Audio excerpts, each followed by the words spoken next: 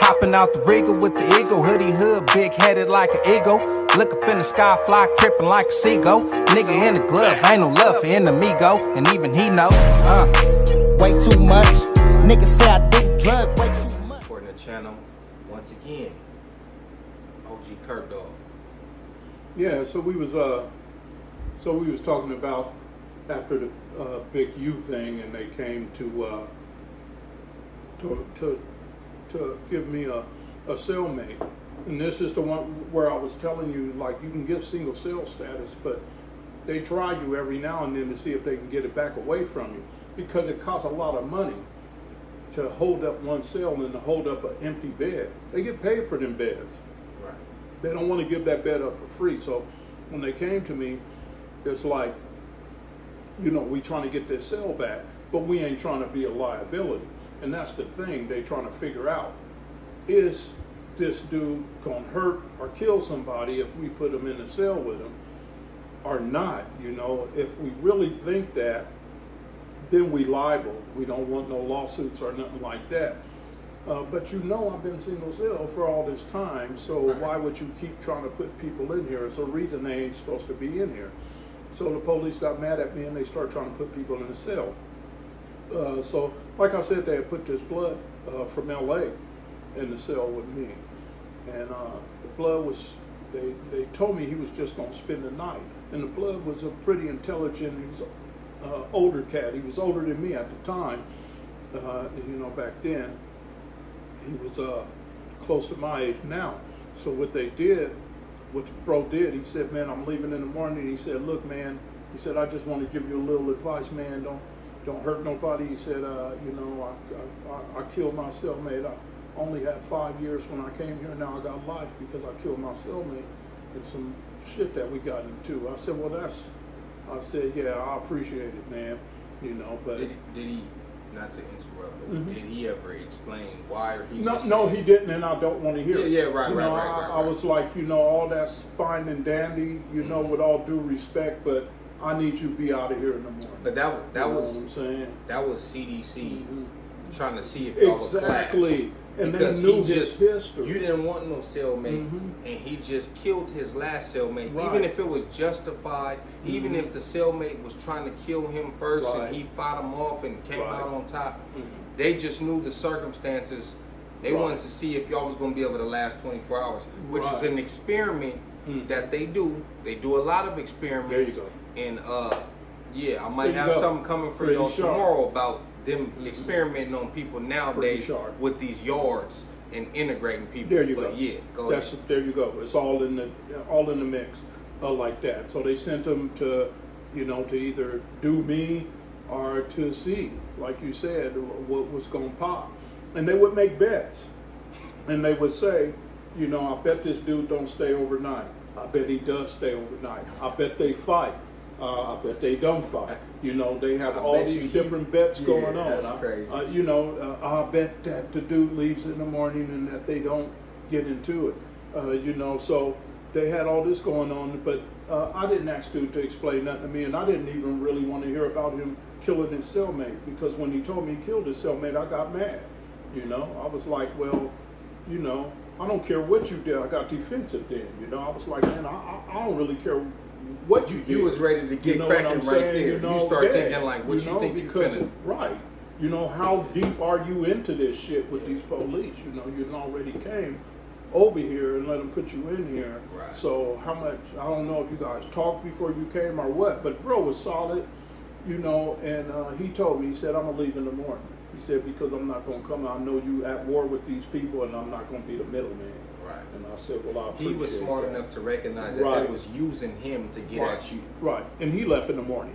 So after he left, they would bring me a dude like 6'3", you know, 260 pounds or something, you know, and I'd just post up on them, you know. And I'd be like, but I would tell them, man, look, I'm at war with these motherfuckers. I said, I've been single cell since I left Pelican Bay.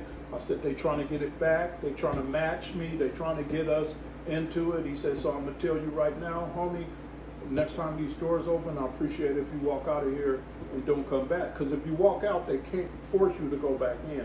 They have to move you somewhere else.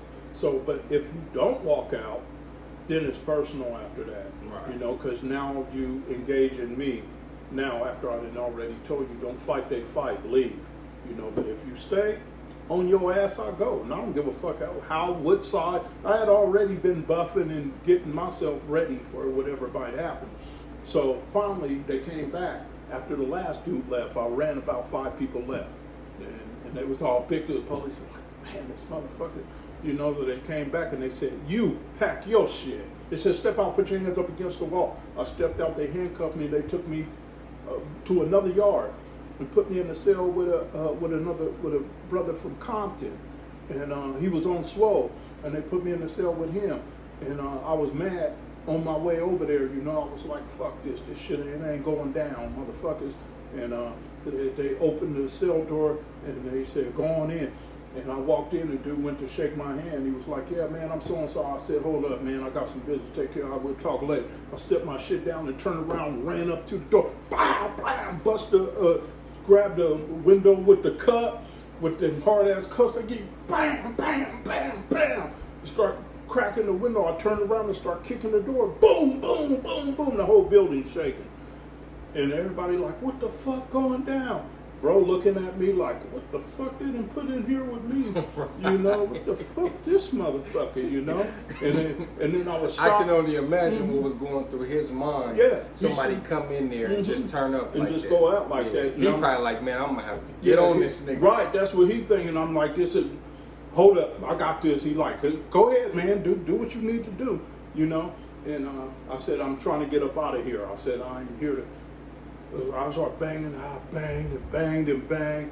It's so loud when you do it inside of them buildings. The whole building shake when you kick the door from behind. Then they give you them big ass boots at the time. And I'm banging the door. And then dude said, man, I'm gonna try to help you out. He said, I'm gonna try to help you out. He said, don't listen to he said, don't take it personal. He said, I'm just gonna say something. Then he yelled out the door, if y'all don't come and get him, it's gonna be some shit. You know, and then they was like, okay, we got to get him now because now, you know, they talking about. So they came and got me. So when they came and got me that time, they tried me on some humanity shit now. They moved me to a dude in the cell in a wheelchair. They moved me in with a disabled dude. Now they tested my fucking humanity. Now they like, we gonna move him in with a disabled motherfucker. I told you about them experiments, man. He ain't gonna jump on a disabled motherfucker. So as soon as they opened the door, it was chow time. So they said, okay, it's chow time. Just drop your stuff and go to the chow. And dude said, hey, what's up, man? He said, you my cellie? He said, it's chow time, man. I'm going to chow. He said, come on. I said, I'm not going, man. And he rolled himself to chow. As soon as they closed the door, I said, I'm not going. As soon as they closed the door, I'll start packing all of his shit up. And I packed all of his shit up, and when they came back for chow and the doors open, I set his shit outside and closed the door. And he looked, they was like, hey man, so a couple of the guys doing, they was like, hey, what's up, so-and-so? He's like, nothing, man. It's like, big homie just set my shit outside, man. You know, he's like, I can't get back in the cell. So it wasn't personal, but it's survival of the fittest, man. You know what I'm saying? It's like, man, I got to do what I got to do, and I got to turn up and level up with these motherfuckers, you know, a little bit, you know? Yeah, I got to level up. So that's when they came to me then. And when they seen I wasn't doing no disabled, I wasn't acknowledging no disabled motherfuckers, they was like, leave him alone. Right. So they came to me, they said, we're going to leave you alone, man. They said, we can't promise you that it's going to be forever. For you for the whole duration, but we're gonna leave you alone. You ain't gonna get no other cell for the time being. For a minute for the time. And so they left me alone, and they had yard. I came outside on yard, and I met JD from the Lynch Mob. Okay. Because he had been part of the 848 radio show that we had started, that me and X-Rated had started.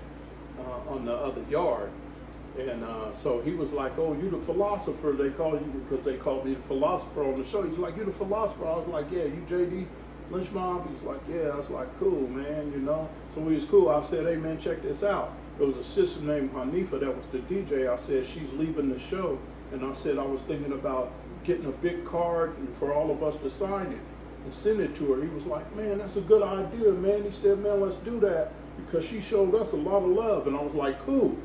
So JD said, I'm gonna get the card, I'm gonna sign it, we're gonna all sign it and send it to her. He said, I'll buy the card, let me buy it, you know, because you want to be the one to have something a lot more to do with it. So I say, okay, go ahead, man. You just buy the card, whatever. You ain't gotta say you bought it to her, you know, but just whatever, you know. So he say, cool. So the next thing you know, before that can jump off, I come out in the morning for child release and I hear something go, ah!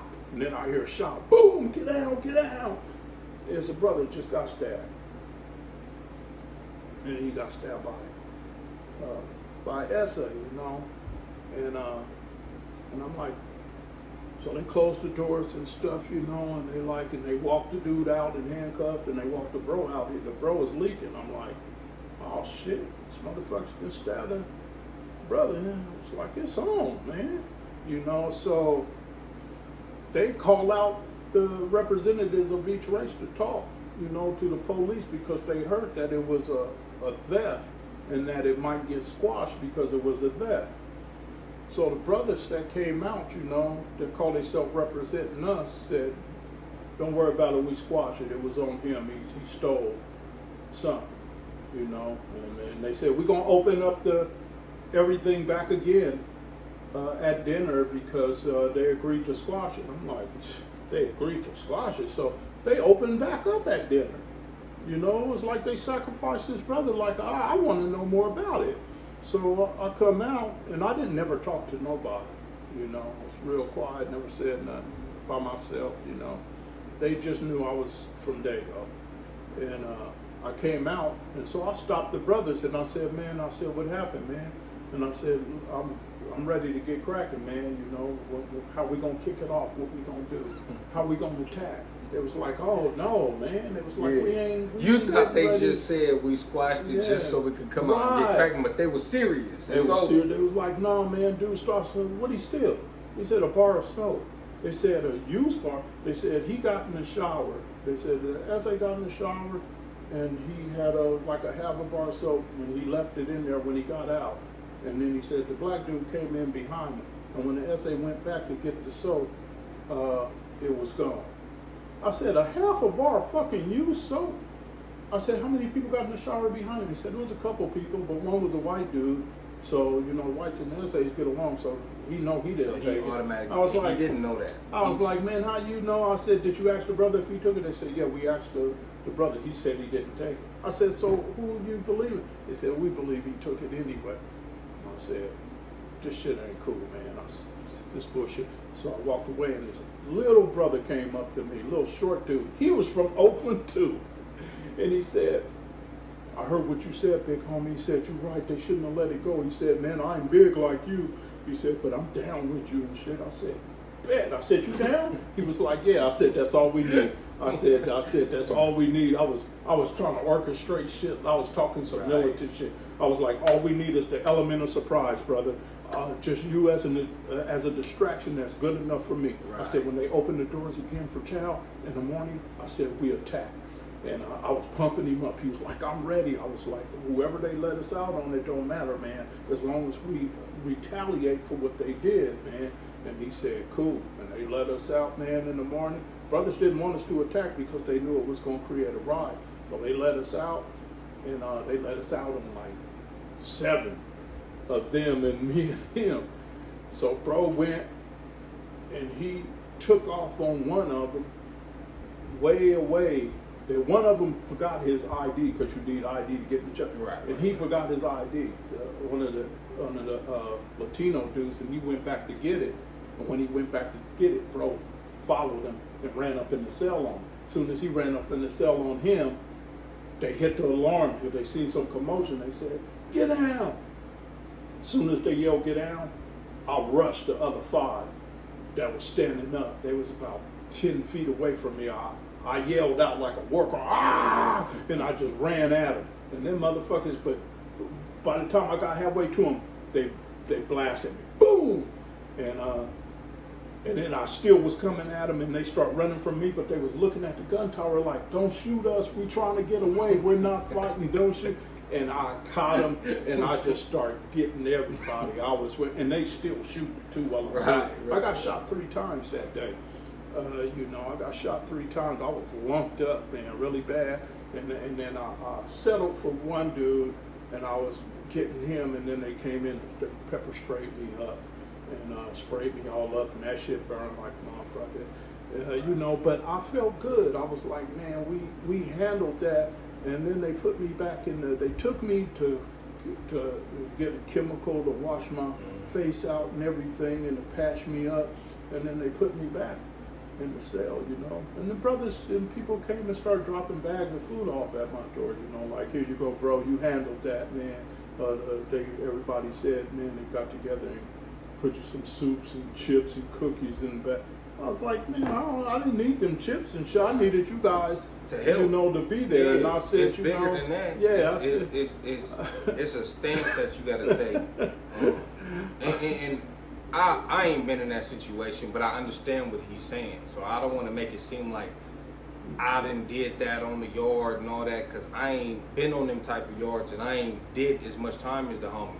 But I understand his mentality. Fuck them chips, y'all was supposed to help me, and we was supposed to put it down and let them know what's up. Yeah. Now, you said they was dropping chips off and stuff, so they just took you back to your cell? You didn't go to the hole? They put me back in the cell, and at the time they put me back in the cell, and they were saying something, either the hole was full, because the holes would get full a lot, right. and they couldn't put, and they would just put you in your cell and lock your cell, and Right. put a tag on your door, do not open, and shit like that. And they bought me some shit, and when they was coming to let me back in, they put you in the day room, and then they closed the door, and then they opened your cell while I was standing out in the day room. Some essay called me up to, he was like, hey man, let me holler at you. I was like, what? He was like, man, let me holler at you. I was like, I just took off on you want to, and but his door was closed. So I walked up, and I said, what's up? And he said, I just want to tell you, man, you handled your business on us. He was like, you know, you handled your business. He said, you know, we might come looking for you afterwards, after this or whatever. He said, but you handled your shit, man. He Gave said, you your props. He said, I respect that, man. I didn't know where he was from. He could have been a North Sider. I don't know, but he just told me I handled my business and whatever. And then they came and got me, and they moved me. But when they moved me, the thing about it, so after they moved me, I'm listening to the radio station, and the girl that we made, was talking about making a car for her, she come on the air, she like crying. She was like, oh, this card is so, I love this card, it's so cute. JD sent me this card and stuff.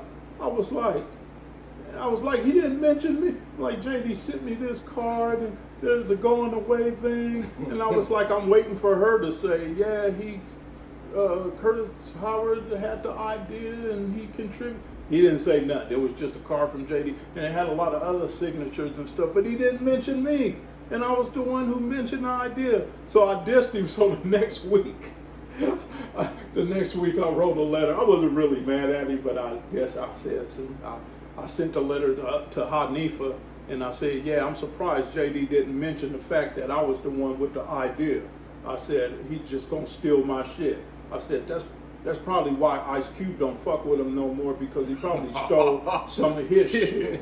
Yeah, I did. And she read it. She read the shit over the air, because they always read my letters. Right. And she read it, and they started laughing. And they said, it's all in fun. We know Curt ain't really, but I did slip that in. I said, I'm surprised JD didn't say I had nothing to do with it. After they moved you, like, did you hear about anything cracking off on that yard after that, or it was all? No, after none of them fools probably squashed it again. Oh man, he was just a bad actor, man. Don't listen to that brother, man. He crazy. He walk around with them dreadlocks in his hand. He got them long dreadlocks. He crazy anyway. You know, don't listen. Wait a minute. Yeah, it did. After I moved, after they locked me in my cell, they tried it again and did another unlock, and the brothers in a different in a different unit took off. Oh, The okay. brothers in a different unit Because they took already off. knew like they're gonna get off. Right. So they took off Yeah, first right, over right, in right. the other building, not the Right. building I was in. Some brothers got a load of it, and the brothers was like, "We moving first." So they took off. I was Right. like, "Salinas, the brothers in Salinas." Just that incident was just surprised me. But the brothers in Salinas at that time, anybody who was there would tell you, brothers was smashing. Right. Really, we were smashing. Anybody who wanted to get the biggest ride I've been in was at Salinas on Martin Luther King's birthday. On Martin Luther King's Yeah, birthday, I think you told me that that. was in the book, and I put the transcripts in the book of the documents that happened. And some shit happened then, and the white dude stabbed a brother, and we said, yeah, we squashed it, but we didn't squash it. We was planning, and we said we're gonna do it. Operation MLK. Right. And on Martin Luther King's birthday, we taken off and we took off and smashed. But that was about it. I got transferred Right. after that, and then that ended everything for me. They transferred me to Lancaster, and when I went to Lancaster, guess who I seen at the gate? Big U.